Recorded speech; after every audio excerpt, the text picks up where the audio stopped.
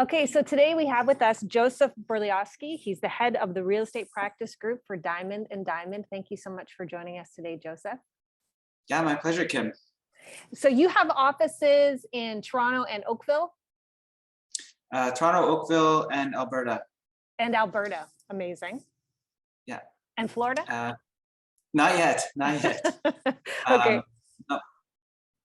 So I have used Joseph's office personally, and it's been an amazing experience. And I always encourage my clients to use Joseph's office because I work very well with his staff and we get the files ready to go, and so they can do their job and get everything complete. I had a real estate agent asking me about HST with assignments, but before we talk about assignments, can you explain HST with new builds when you're buying from a builder? Yeah, definitely. So the way I always explain it is there's a price that's before HST, okay? Then you add the typical 13% HST, and then there's a rebate that's baked in. So what the builders do is they credit you the rebate amount and it brings you down to here. The rebate amount is usually like $24,000 or $25,000, depending on the price point. But that middle number is your contract number.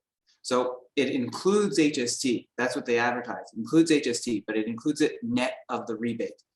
And why that's important is there are certain situations where you actually have to pay that higher number and claim it back.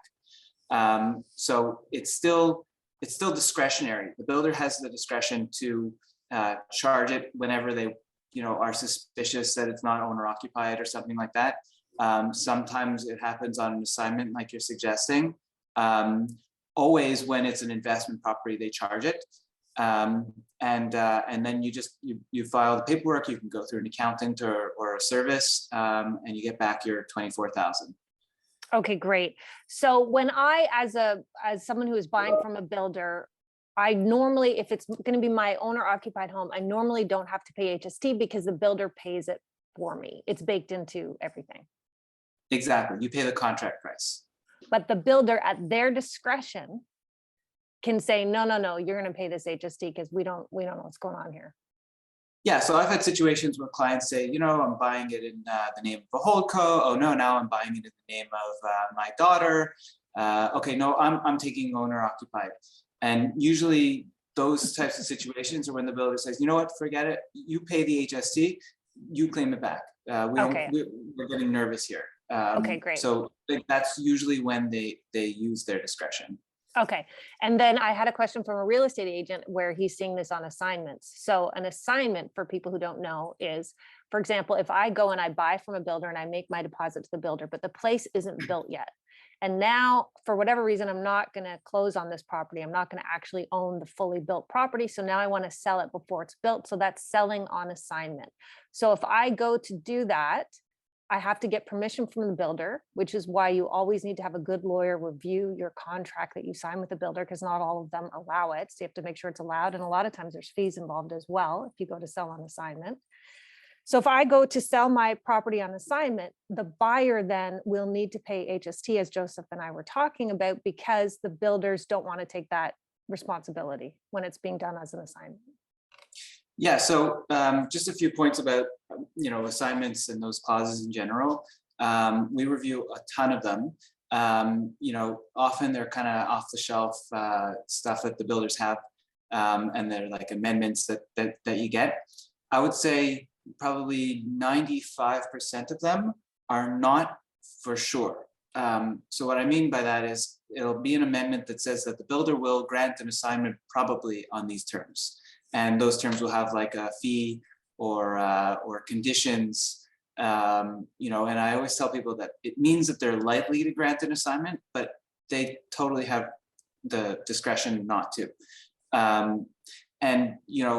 I've seen them use that discretion. It depends on the builder, depends how much money they're making. Maybe they got hit with a big, development charge or something like that, and they're looking to make up some money.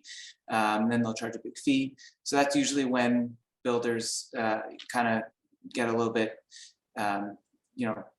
tough with the granting of the assignments. And actually, that's why it's important to go to a reputable builder, because the good ones who care about their reputation, things like that, they don't pull tricks like that, because it'd be all over the internet. Yeah.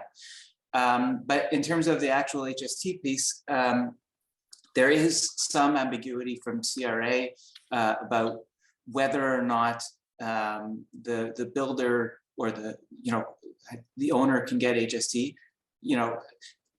I don't want to tell you one way or another, but it's the builders are and their lawyers are being extra careful. And so because of that, So you mean even if I'm buying it as like if I'm a buyer and I'm buying it as an owner occupied home on assignment and I pay HST because builders want me to, and I try to get it back, you're saying I might not get it back?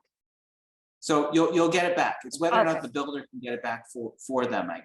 Okay. Okay. So that's why they make the buyers on assignment pay it. Yeah, Okay. exactly. Because who wants to deal with ambiguity with the CRA? I mean, I've never heard of anyone getting rejected, but in that situation, and it's not every time that the builders force them to pay the HST rebate amount. It's I'd say even 50-50. Oh, okay. But it's a risk. It's just a risk that you have to make sure that you budget for. You can't rely on the contract price when you're buying on assignment. You have to figure you're going to pay that extra 25,000. Are you seeing more assignments these days in your office? We see them constantly. Yeah. Is the number increasing, do you think, or is it just steady as it goes? I'm just thinking because of the big increases in prices. Yeah. I'd say most. So there has been a huge increase in assignments, I think. And part of it is because I think real estate agents are kind of getting better at going back to clients and saying, you bought 3 years ago, it's coming up, I have a buyer. And it gives the agent another chance to go get another commission. Buyer, like the investor, is usually very happy because they don't have to bother with getting a mortgage, paying land transfer tax, getting a tenant, holding it, all that kind of stuff. They just make their money and they're done.